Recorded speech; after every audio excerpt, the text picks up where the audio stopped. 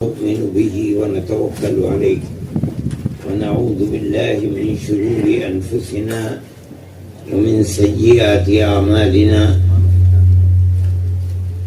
من يهده الله فلا مضل له ومن يضلله فلا هادي له ونشهد أن لا إله إلا الله وحده لا شريك له ونشهد أن سيدنا ومولانا محمدا عبده ورسوله اما بعد علاقے کی جمعیت کے صدر محترم اور معزز حاضرین کرام،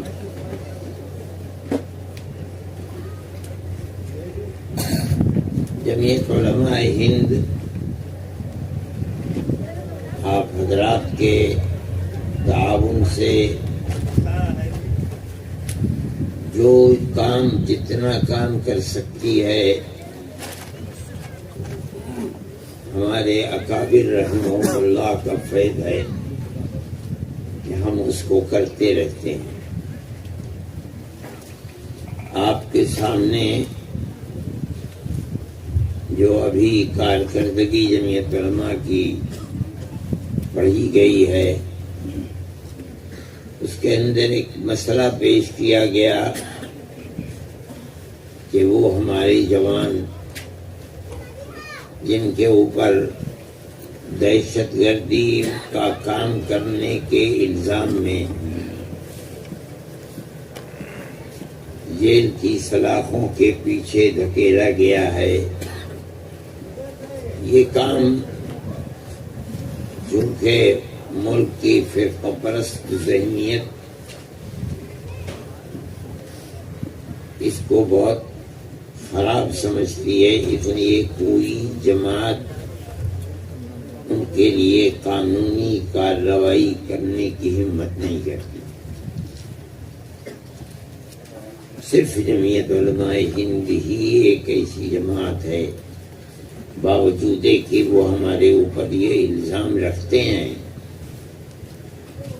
کہ ملک میں دہشت گردوں کی حمایت جمعیت علماء کرتی ہے، ان کے کیس کو لڑاتی ہے، لیکن ہم برابر ان کے کیس لڑ رہے ہیں اور ہم یہ کہتے ہیں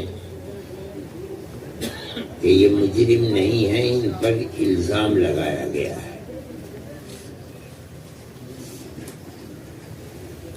جب تک عدالتوں کا فیصلہ نہ ہو جائے کسی شخص کی دہشت گردی کے لیے کام کرنے کا، اس وقت تک وہ ملزم کہلاتا ہے، مجرم نہیں کہلاتا۔ ہم ان کے مقدمات کو لڑتے ہیں اور ہم یہ کہتے ہیں کہ ان میں ہو سکتا ہے کوئی آدمی قصوروار بھی ہو، اس کا فیصلہ عدالت کرے گی، لیکن ایسا بھی بہت ہے کہ عدالتوں نے، لوور کورٹ نے یا ہائی کورٹ نے یا سپریم کورٹ نے بہت بچوں کو باعزت بری کیا، جس کا مطلب یہ ہے کہ عدالتیں ملک کی یہ سمجھتی ہیں کہ ان کے اوپر جو الزام لگایا گیا ہے وہ ثابت نہیں ہے، جس کا مطلب ہے کہ مقدمات کو لڑنے کی گنجائش ہے۔ ہم ان کے مقدمات کو لڑتے ہیں اور اللہ کا بڑا کرم ہے کہ ایسے لوگ جن کے لیے لوور کورٹ میں پھانسی کی سزا ہو گئی تھی، پھر ہائی کورٹ نے پھانسی کی سزا رکھی اور ہم نے ان کے مقدمات کو سپریم کورٹ میں لڑا تو باعزت بری ہو گئے۔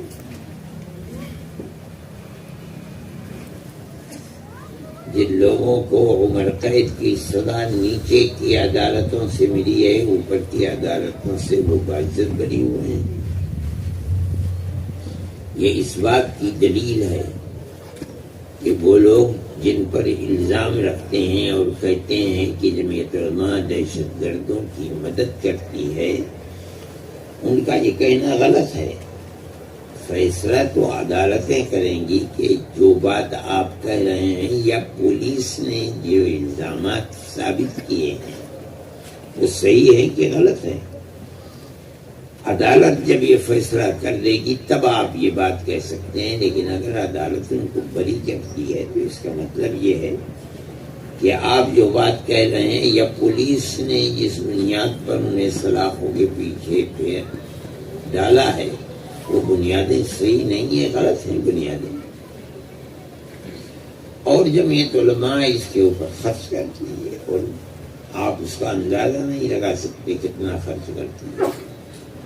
ہمارا اس میں کچھ نہیں ہے، مسلمان دیتا ہے اسے خرچ کر دیتے ہیں. سپریم کورٹ کے اندر ہم عام طریقے کے اوپر جو سینئر وکیل ہے اس کو لیتے ہیں، بڑے سے بڑے وکیل کو لیتے ہیں 5 لاکھ 10 لاکھ کبھی کبھی 15 لاکھ ایک وکیل بس پیر عدالت کے اندر رکھا اور اس کی یہ رقم ہو گئی، چاہے بحث ہو چاہے بحث نہ ہو. ابھی آخری مرحلہ یہ ہوتا ہے کہ آدمی کو سزا ہو گئی عمر قید کی، ہم اس کو ضمانت کی کوشش کرتے ہیں کہ اس کو 20 دن کی 30 دن کی 40 دن کی ضمانت پر یہ اپنے گھر میں آ جائے، سال میں 1 مرتبہ.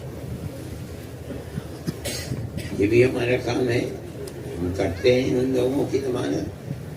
ابھی پچھلے ہفتے میں کچھ لوگوں کی ہم نے ضمانت 40 دن کے لیے کرائی ہے اور وہ لوگ اپنے گھر پہنچ گئے ہیں.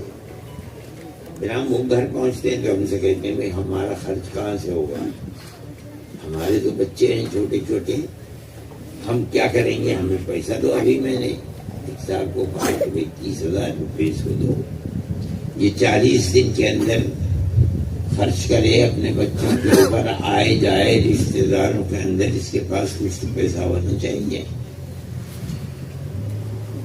میرے خیال میں یہ 1.5 لاکھ روپے یا 2 لاکھ روپے سے زیادہ ہر مہینے میں اس پر خرچ ہوتا ہے کہ بھئی اگر جیل میں بند ہے، مان لیجیے اگر قصور بھی کیا ہے تو اس باپ نے کیا ہے، اس کے بچے اور بیوہ کو کیا قصور ہے.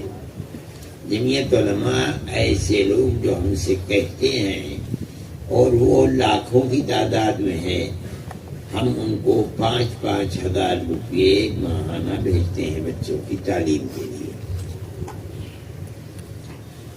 اور رمضان کے مہینے میں ہم اس کو 10,000 کر دیتے ہیں. تو جمعیت علماء جو کام کر سکتی ہے وہ کرتی ہے. دلی کے اندر فسادات کے اس کے اندر دکھ رہے ہیں، ہم ابھی تک اس کے اندر تقریباً 70-80 لاکھ روپیہ خرچ کرتے ہیں. پہلے ہی مرحلے میں ہم نے 50 لاکھ روپیہ دے دیا تھا ان کو.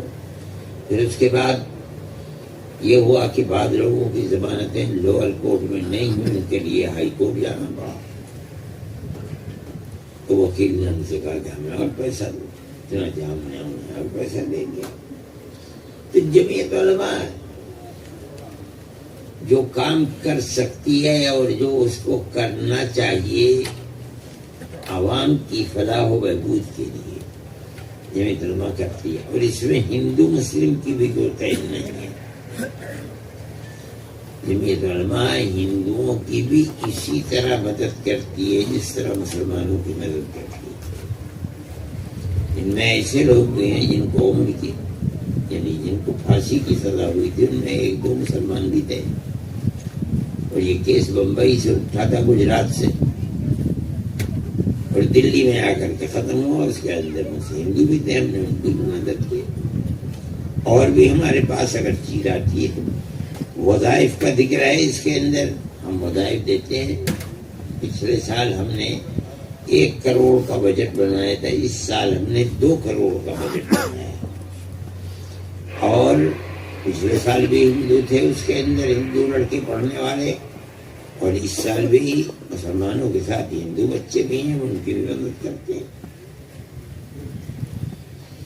میں یہ کہتا ہوں کہ جمعیت علماء کے نزدیک ہندو اور مسلمان کی کوئی قید نہیں ہے. مصیبت کا شکار ہمارے پاس جو بھی آتا ہے ہم اس کی مدد کرتے ہیں.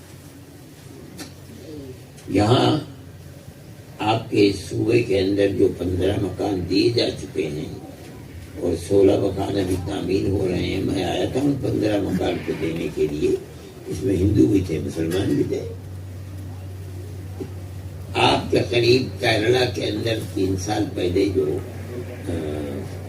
فیضانات اور سیلاب آئے تھے، اس کے اندر بڑے مکانات تباہ ہو گئے تھے۔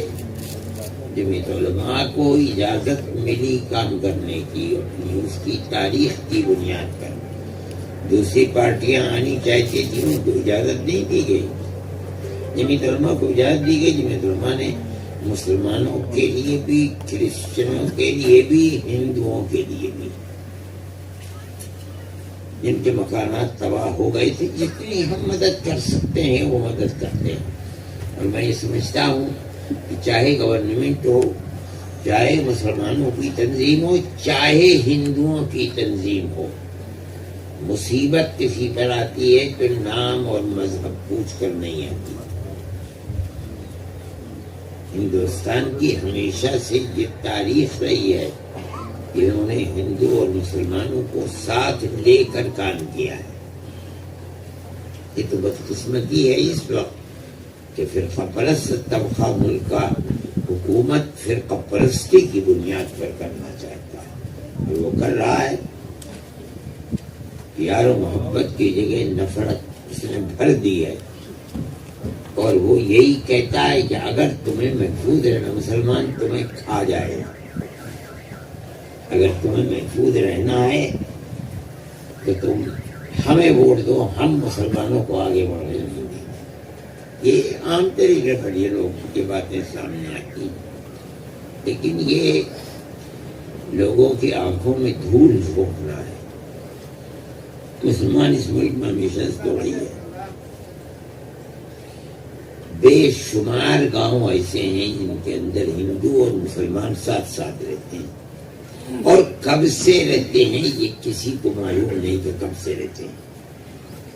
ایک دوسرے کے دکھ درد کے اندر شریک رہتے ہیں۔ اور یہاں تو میں نہیں جانتا ہوں، لیکن یو پی کے اندر تو ایسے گاؤں ہیں کہ جن گاؤں میں ایک ہی برادری کے لوگ بستے ہیں، تیاگی ہیں، گوجر ہیں، ٹھاکر ہیں، ایک ہی برادری کے لوگ ہیں۔ ان میں ہندو بھی ہیں، مسلمان بھی ہیں۔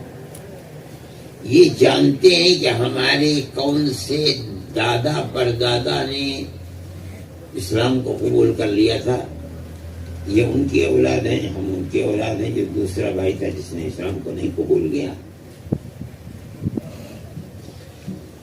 یہ آپس میں ساتھ رہنا، ساتھ بیٹھنا، دکھ سکھ کے اندر شریک رہنا، یہ ہمارے اس ملک کی روایت رہی ہے۔ ہندوستان کی یہ خصوصیت ہے، سب ایک دوسرے کے ساتھی اور ایک دوسرے کے شریک ہیں، لیکن موجودہ ماحول ایسا ہے کہ جس میں مسلمانوں کو خاص طریقے کے اوپر بہت دانش مندی عقل کے ساتھ اپنی زندگی کو گزارنا چاہیے، اور جمعیت علماء اس کو ضروری سمجھتی ہے کہ اس پیغام کو دنیا کے اندر عام کرے۔ اسی لیے میں آپ سے کہتا ہوں، حکومتوں کے پاس، فرقہ پرست طاقتوں کے پاس قوت ہے ملک کے اندر، ہمارے پاس کوئی طاقت نہیں ہے، لیکن ہمیں اپنے کردار سے ہر جگہ، وہ اگر نفرت کی سیاست کرتے ہیں تو ہمیں آپس میں پیار و محبت کی بات کرنی چاہیے۔ اس کے بغیر نہ ملک زندہ رہے گا، نہ آپ زندہ رہیں گے۔ اس کو آپ سمجھیں، آپ جہاں رہیں، جس جگہ رہیں، پیار و محبت کے ساتھ رہیں۔ جنوبی ہندوستان کے اندر نفرت نہیں تھی، لیکن اب جو یہ ملک کے حالات ہیں اس کے اندر نفرت بڑھ رہی ہے، آپ بھی اس سے محفوظ نہیں ہیں۔ آپ اپنے کردار سے اس کے خلاف کام کریں، پیار و محبت کا سلوک کریں. اپنے یہاں کوئی شادی ہو تو اس کو ضروری سمجھیں کہ جس طرح آپ مسلمانوں کو جمع کرتے ہیں، آپ اپنے قربتوار اڑوس پڑوس کے رہنے والے ہندوؤں کو بھی ان کے گھر جا کر دعوت دیں، بلائیں، ان کے لیے کھانا بنوائیں، اور ان کے یہاں دعوت ہو تو آپ جائیں. پھر پرست طاقتوں کے اس پروگرام کو آپ توڑ نہیں سکتے. اگر توڑ سکتے ہیں جو اس کی صورت یہی ہے. میرے بھائی جمعیت علماء اس کے لیے کام کرتی ہے. اس وقت کی صورتحال میں جو میں نے ابھی تقریر کی تھی جس کے اوپر بہت شور مچا، میری تقریر تو پیار و محبت کی تقریر تھی. میں نے پہلے ہی یہ بات کہی تھی کہ اللہ نے نبی آخر الزمان حضرت محمد صلی اللہ علیہ وسلم کو بھیجا تو اس کے لیے منتخب فرمایا جزیرۃ العرب کی سرزمین کو. پھر اللہ نے اگر سب سے پہلے نبی کے لیے کسی زمین کو منتخب کیا تو وہ ہندوستان کی سرزمین. میں نے تو اس کو محبت کے لیے کہا تھا، لیکن جو فرقہ پرست ذہنیت ہے اس کے حلق کے اندر یہ بات نہیں ہے. کوئی بھی پروگرام جو پیار و محبت کے لیے ہوتا ہے اس پروگرام کو وہ پیار و محبت کی نظر سے نہیں دیکھتے. حالانکہ میری بات بہت واضح ہے. میں نے یہ کہا کہ جو توحید کا پیغام ہندوستان سے اٹھا تھا، ہر نبی نے بغیر ایک حرف کی تبدیلی کے اسی توحید کے پیغام کو دنیا کے سامنے رکھا. یہاں تک کہ ہمارے آقا حضرت محمد صلی اللہ علیہ وسلم نے وہی توحید کا پیغام دیا، ایک اللہ کی عبادت. یہ ایک اللہ کی عبادت تو ہندوستان کی سرزمین سے سب سے پہلا نبی یہاں اللہ نے اتارا ہے. یہ اتنی واضح بات ہے، اتنی کھلی ہوئی بات ہے کہ اس میں کسی کو کوئی تردد نہیں. مگر اللہ نے عقل کے اوپر اس طرح پردہ ڈال دیا ہے کہ وہ اس کو یہ سمجھتے کہ ہم نے ان کی توہین کی. ابھی میرے پاس فون آیا محترم صاحب کا کہ ان کو کسی نے اطلاع دی ہے کہ وہاں جناب مظفر نگر میں کوئی مہنت رہتا ہے، وہ دیوبند آ کر کے دارالعلوم میں اور اس کے اوپر بحث کرنا چاہتا ہے. میں نے ان سے کہا کہ حضرت آپ ان سے فرمانے کی یہ دارالعلوم کا کوئی مسئلہ نہیں ہے. دارالعلوم نے کوئی تقریر نہیں کی ہے. دارالعلوم صرف درسگاہ ہے، ایک پڑھانے کی جگہ ہے. تقریر کی ہے جمعیت علماء کے پلیٹ فارم پر، جمعیت علماء کے صدر نے کیا. آپ اس سے بات کریں. دارالعلوم سے کیا تعلق؟ وہ میرے پاس آئیں گے، میں انہیں دوں گا. میں خود ان سے کہوں گا کہ آپ کو کس چیز پر اعتراض ہے. وہ بھی تیار ہے. مگر میں نے کہا کہ میں بھی ان سے اگر وہ میرے یہاں آئیں گے تو میں ان کا احترام کروں گا اور میں اپنی بات ان سے کہوں گا. میری بات تو پیار و محبت کی بات ہے. آپ اس کو دشمنی کے اوپر کدھر سے لے کر کے جانا چاہتے ہیں؟ میری کوئی بات دشمنی کی نہیں ہے. میں نے تو یہ بات بتلائی کہ نبی آخر الزمان نے جو پیغام دیا، اور درمیان میں نے قرآن کی آیات پڑھ کر کے کہ فلاں نبی نے یہی پیغام دیا، فلاں نبی نے یہ پیغام دیا، فلاں نبی نے یہ لیکن اس پیغام کی اصل کہاں سے؟ یہی ہندوستان کی زمین اور دھرتی ہے. سب سے پہلے یہ پیغام کہ اللہ ایک ہے، اس کا کوئی شریک نہیں. ہندوستان سے وہ کہتے تم نے یہ کہا ہے کہ اسلام سب سے پرانا. میں نے کہا میری پوری تقریر میں ایک مرتبہ بھی اسلام کا لفظ نہیں ہوگا انشاءاللہ. میں نے کیا ہے میں نے بہت سوچ سمجھ کر کے میں نے صرف دین دین دین دین اول سے آخر تک دین ہی کا لفظ بولا ہے، جس کا مطلب ہے اعتقاد۔ اعتقاد کی بنیاد ہندوستان ہے، جہاں حضرت آدم اترے، جن کو تم منو کہتے ہو۔ مان لو کہ منو آدم نہیں ہے، کوئی تو ہے جو ہندوستان میں اترا، اسی کو لے لو۔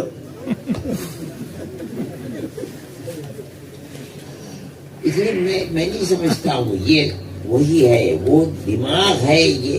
لیکن مجھے ایک بات کی خوشی ہے، بے شمار جوان لڑکے جو سنسکرت کو نہیں پڑھتے تھے، اور وہ کتابیں جو مذہبی کتابیں ہیں ہندوؤں کی، ان کتابوں کو کوئی دیکھتے ہی نہیں تھا، مگر اب ان کی توجہ اس کی طرف ہو گئی، وہ پڑھ رہے ہیں۔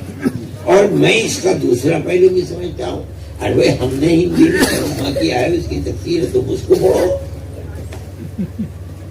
اور جہاں جہاں اعتراض ہے، ایسے بھی اللہ کے بندے پیدا ہو جائیں گے جو یہ کہیں گے کہ جو ہماری کتاب میں ہے وہی قرآن میں ہے۔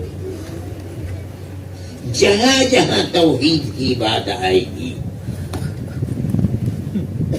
قرآن پیچھے نہیں رہے گا، توحید کے اوپر اس سے آگے رہے گا۔ میرے پاس میری سامان میں رکھی ہوئی ہے، میں اس کو لے کر کے آیا تھا اپنے سبر میں دیکھنے کے لیے، یجروید۔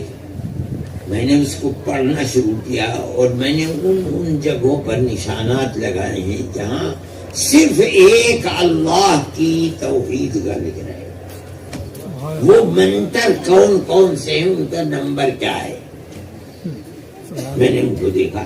اور ان تمام کتابوں کے ترجمے جو وید رگ وید دوسرا ہے، میں نے اس کے بارے میں بھی ٹیلی فون کیا، میں جاؤں گا تو انشاءاللہ وہ بھی مجھے مل جائے گی کتاب۔ دارالعلوم کے کتب خانے کے اندر کتابیں موجود ہیں، آپ لوگوں کو بھی ان ترجموں کو دیکھنا چاہیے۔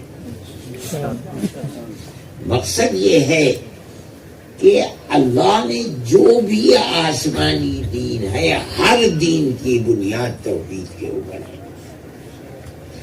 اور لکل قوم ہاد، یہ ہو نہیں سکتا کہ حضرت آدم سے لے کر آج تک اس قوم میں انبیاء نہ بھیجے گئے، وہ ہو نہیں سکتا۔ اور قرآن کہتا ہے وَمَا أَرْسَلْنَا مِن رَسُولٍ إِلَّا بِلِسَانِ قَوْمِهِ لِيُبَيِّنَ لَهُمْ۔ ہم نے کسی نبی کو کسی قوم کے پاس نہیں بھیجا، اگر بھیجا تو اسی قوم کی زبان کے اندر بولنے والا بھیجا ہے۔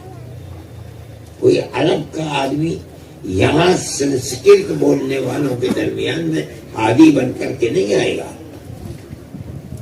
یہاں کا سنسکرت بولنے والا عرب کے اندر ہادی بن کر نہیں جائے گا، قوم کے پاس بھیجا ہے، ساری دنیا کے پاس نہیں بھیجا۔ یہ ساری دنیا کے پاس نبی بھیجنا، یہ صرف نبی آخر الزمان ہے۔ وہ جو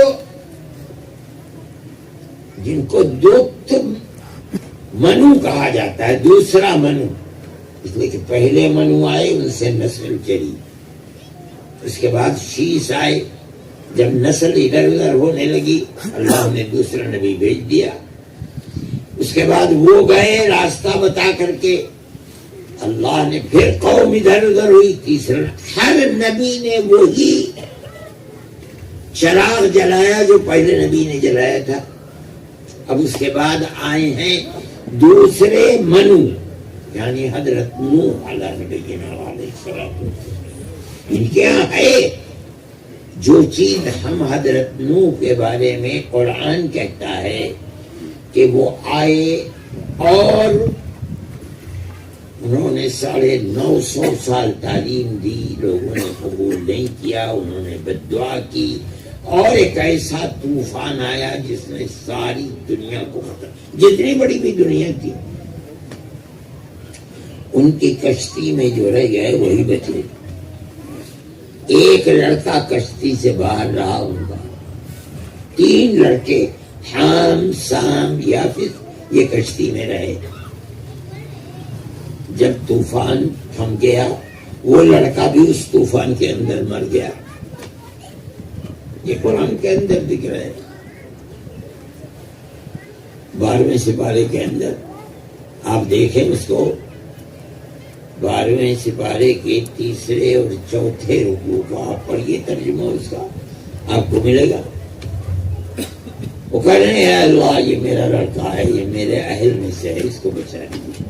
اللہ فرماتا ہے لیس من اہلک انہ عمل غیر صالح, یہ اچھے کام کرنے والا نہیں ہے, تمہاری اولاد اچھے کام کرنے والی. یہ 3 بچے انہی سے دوبارہ نسل چڑھی ہے. وہ بھی اپنی قوم کی طرف بھیجے تو ایسے انا ارسلنا نوحا الى قومه ان انذر قومك من قبل ان ياتيهم عذاب الیم. ہر نبی کو قوم کے پاس بھیجا ہے. حضرت آدم تو اس وقت اولاد تھی نہیں, جو اولاد ہوتی رہی اسے سبق یہی بتلاتے رہے. میں نہیں کہتا ہوں کہ اسلام سناتن دھرم سے پہلا مذہب, میں نے کبھی یہ نہیں کہا. وہ کہتے ہیں خدا جانے کہاں سے کہتے ہیں, وہ جانے ان کا کامیاب. میں نے تو اسلام کا نام ہی نہیں لیا. اسلام تو 3 چیزوں کا مجموعہ ہے. اسلام مذہب, ایک تو عقیدہ کہ اللہ ایک ہے, اس کا کوئی سازی اور شریک نہیں. دوسرے عبادات, نماز, روزہ, حج, زکوٰۃ. تیسرے معاشرت, معاملات, رہنا سہنا. آدمی اپنے ماں باپ کے ساتھ کیسے رہے, اپنی بیوی کے ساتھ کیسے رہے, بچوں کے ساتھ کیسے رہے, پڑوسیوں کے ساتھ کیسے رہے, دوسرے انسان کے ساتھ چاہے اس کا دھرم کچھ بھی ہو کیسے رہے. نہیں, آدمی نہیں, کتے کے ساتھ, بلی کے ساتھ کیسا معاملہ کرے. ان 3 چیزوں کا نام اسلام. میں نے کوئی بحث اسلام سے, صرف ایک چیز میں تو کہتا رہا, دین دین یعنی عقیدہ عقیدہ عقیدہ کہ اللہ ایک ہے, اس کا کوئی شریک نہیں. اور تم کہتے ہو کہ اللہ کو اوم کہا جاتا ہے. میں نے بار بار اوم کا نام لیا ہے. آپ کہیں اوم اللہ نہیں, میں کہوں گا ایشور اللہ ہے. چلو ایشور کو لے لو, کوئی بات نہیں ہے. وہ سوال یہ ہے کہ سب سے پہلا آدمی جو جنت سے اتارا گیا ہے وہ منو ہے یا کوئی ہے؟ وہ عبادت کس کی کرتا تھا؟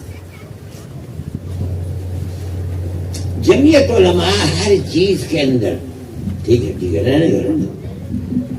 جمعیت علماء ہمیشہ آپس میں پیار و محبت کی بات کرتی ہے, کبھی تفریق کی بات نہیں کرتی.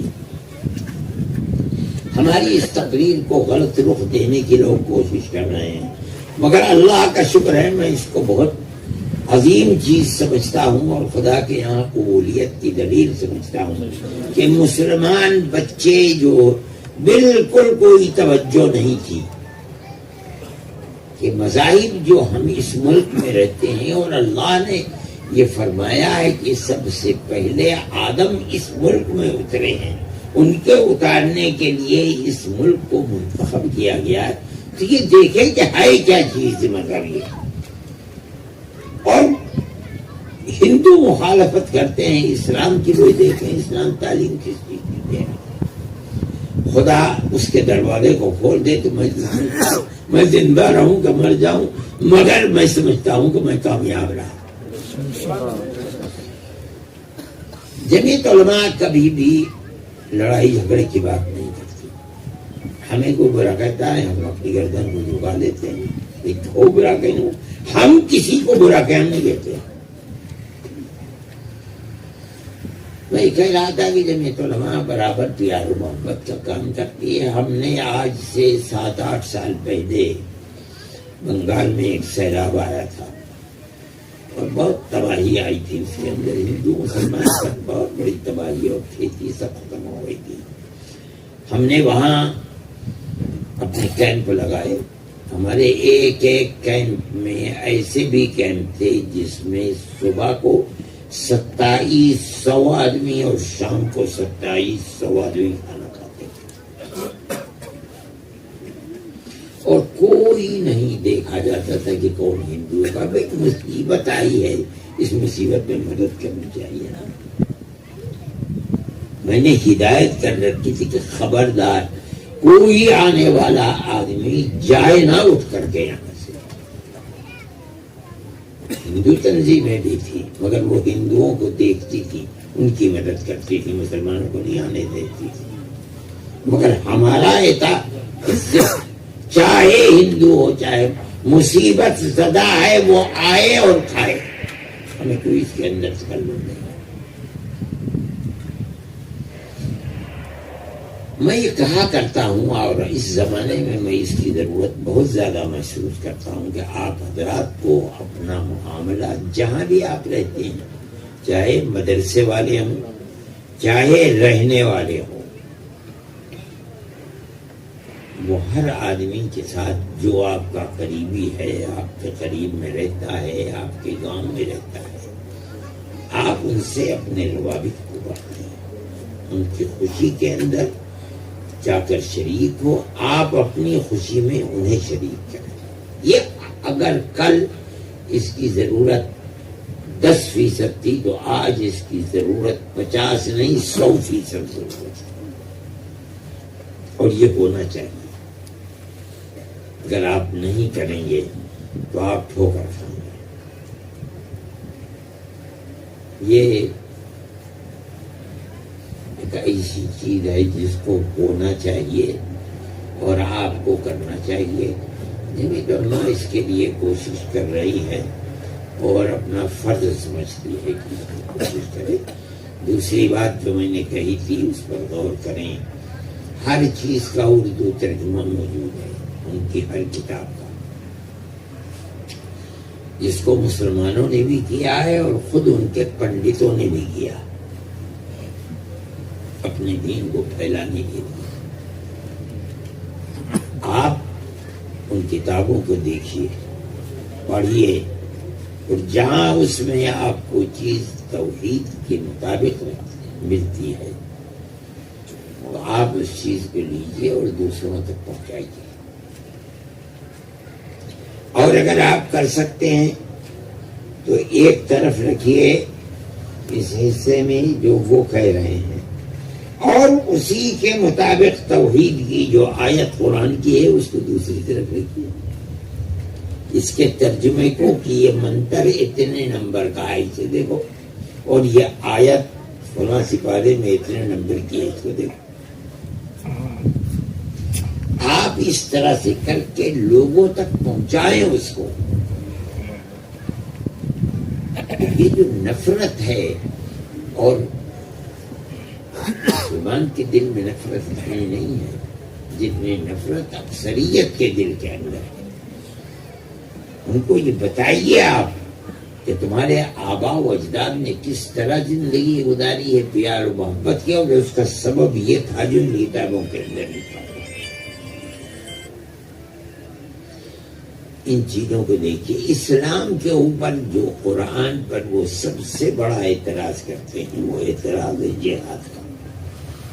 اور جہاد کا مطلب وہ لیتے ہیں کہ قتل و غارت گری, تلوار سے بندوق سے مار دینا غیر مسلم کو, یعنی جو مسلمان نہیں ہے اسے جینے کا حق نہ دینا. مگر یہ جہاد کا مطلب نہیں ہے, نہیں ہے. جہاد آزادی ہند کا مطلب یہ تھا کہ سب انگریزوں کو مار دو. مجاہدین آزادی جن کو کہا جاتا ہے انہوں نے کئی انگریزوں کو مارا ہے. جہاد کا یہ مطلب نہیں ہے. جہاد کا مطلب تو کوشش کرنا ہے. اور جو جہاد اور جنگ ہوئی ہے وہ جنگ مذہب کی بنیاد پر نہیں ہوئی. دیکھیے نبی کریم علیہ السلام نبوت کے بعد 13 سال مکہ معظمہ میں رہے. جس طرح اہل مکہ اپنے گھروں میں رہتے تھے اسی طرح انگلیوں پر گنے ہوئے مسلمان بھی گھروں پر رہتے تھے. کوئی لڑائی جھگڑا نہیں. مذہب کی بنیاد پر کوئی لڑائی جھگڑا نہیں. آپ دیکھیے کہ نبی کریم علیہ الصلوۃ والسلام کے چچا ابو طالب آپ کے ساتھ ساتھ رہتے تھے. ایک حرف کبھی ابو طالب کے خلاف یا ان کو قتل کرنا یا یہ کہنا کہ میں آپ کے ساتھ نہیں رہوں گا, میرا مذہب اسلام ہے, تمہارا مذہب کفر ہے, بت پرستی ہے, آپ میرے ساتھ نہیں رہے, کہیں نظر. آخری وقت تک آپ کے ساتھ رہے. جہاد اٹھا کہاں سے, اس پر غور کیجیے.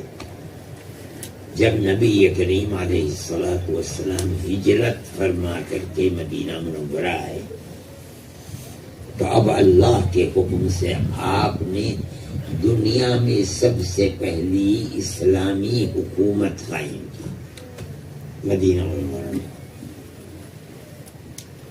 اب تک کہیں اسلامی حکومت نہیں تھی. آپ اس کے امیر المومنین بادشاہ ہیں.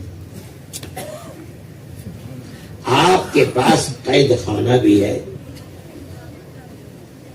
آپ کے پاس آپ کہتے ہیں بینک, ریزرو بینک یا اسٹیٹ بینک, بیت المال بھی ہے آپ کے پاس.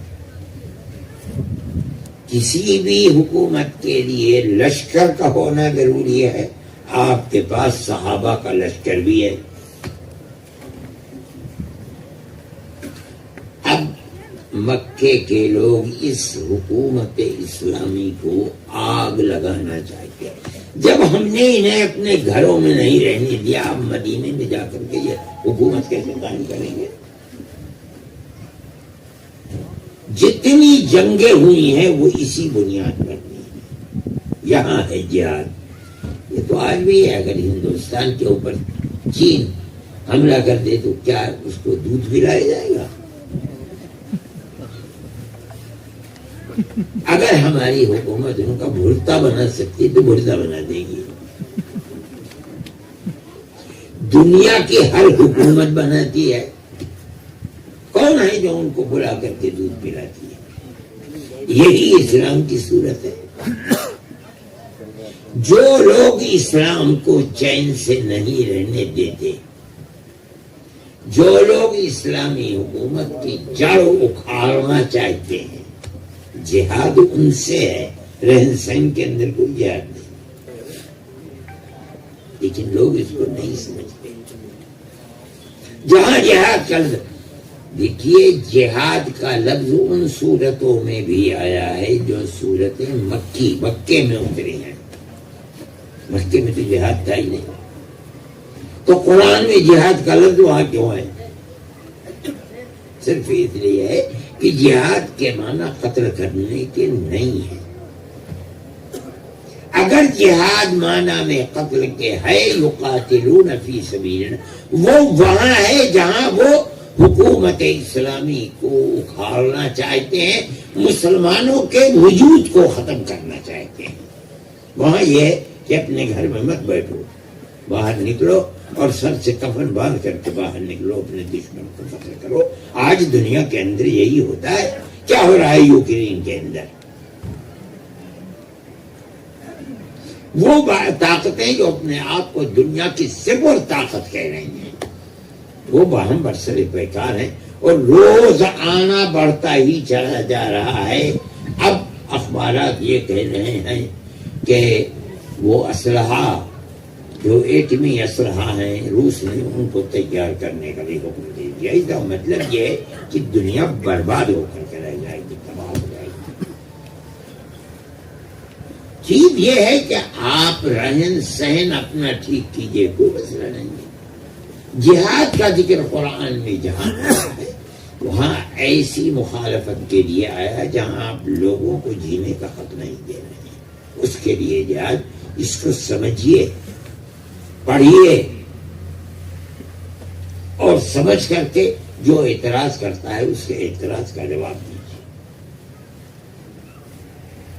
میں نے آپ سے کہا کہ جہاں رہن سہن دوسرے مذہب والوں کے ساتھ تھا مکی زندگی کے اندر, کوئی کہہ نہیں سکتا کہ رسول اللہ نے خود تو کیا کسی مسلمان کو اجازت دی ہو کہ اس کے ظلم کے بدلے کے اندر تلوار سے اس کی گردن کاٹ دو، نہیں کرنے گا۔ اس کو سمجھنا چاہیے اور اپنے رہن سہن کو غیر مسلموں کے ساتھ آپ اچھا کیجیے تاکہ کھڑے ہوں، اگر 10 آدمی کھڑے ہوں تو 1-2 آدمی تو کہنے والے ہوں بھئی یہ آدمی بہت اچھا ہے، اس سے کمائی تعلقات ہے۔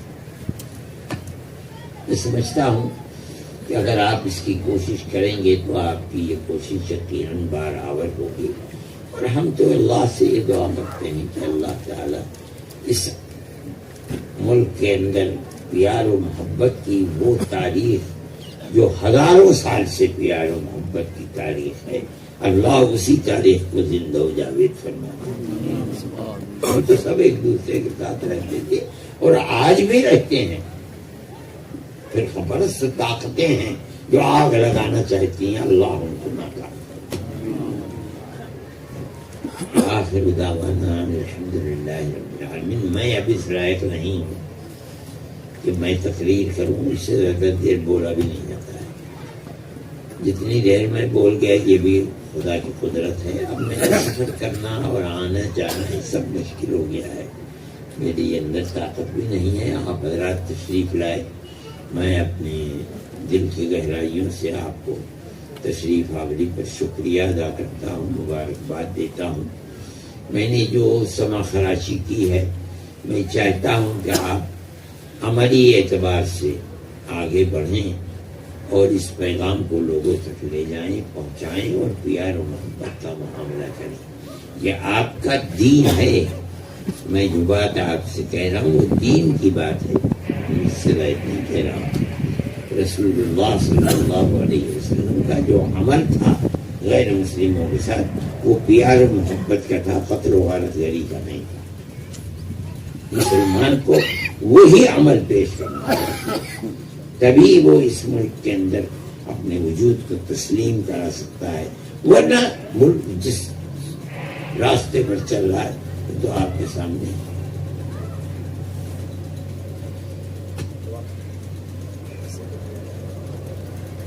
اللهم إنا نشهدك أنك لا إله إلا أنت الأحد الصمد الذي لم يلد ولم يولد ولم يكن له كفوا أحد اللهم صل على سيدنا عبدك ورسولك محمد النبي الأمي وعلى آله وأصحابه وأهل بيته وبارك وسلم ما تحب وترضى عدد ما تحب وترضى۔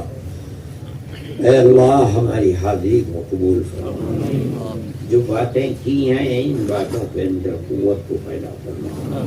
آپ امن و امان کو پسند فرماتے ہیں، آپ ظلم و زیادتی کی مخالفت فرماتے ہیں۔ اے اللہ پیار و محبت کی باتیں کی ہیں، اس کے اندر قوت عطا فرما۔ اے اللہ ہم سب کو امن و امان اور پیار و محبت کے ساتھ زندگی گزارنے کی توفیق عطا فرما۔ ہماری پرانی اس ملک کی تاریخ کو زندہ فرما دیجیے۔ اے الہ العالمین ہماری دنیا کو بھی آباد فرمائیے اور ہماری آخرت کو بھی آباد فرمائیے۔ اے اللہ اس مدرسے کو بھی ترقی عطا فرمائیے۔ اے اللہ جس مقصد کے لیے اس زمین کو دینے والے نے دیا تھا اور لینے والوں نے لیا تھا، اے اللہ اس میں 4 چاند لگائیے اور اس کو اس صوبے کے اندر ایمان و اسلام کی زیادتی کے لیے، عام ہونے کے لیے ذریعہ بنائیے۔